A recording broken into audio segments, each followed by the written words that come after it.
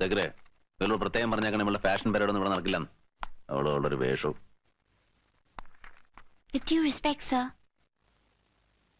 Yes. ഇവിടുത്തെ ചിട്ടകളെ കുറിച്ചൊന്നും എനിക്കറിയില്ല സർ, ക്ഷമിക്കണം. വലിയ പ്രതീക്ഷയോടാണ് സർ ഞാൻ ഇവിടെ വന്നിരിക്കുന്നത്.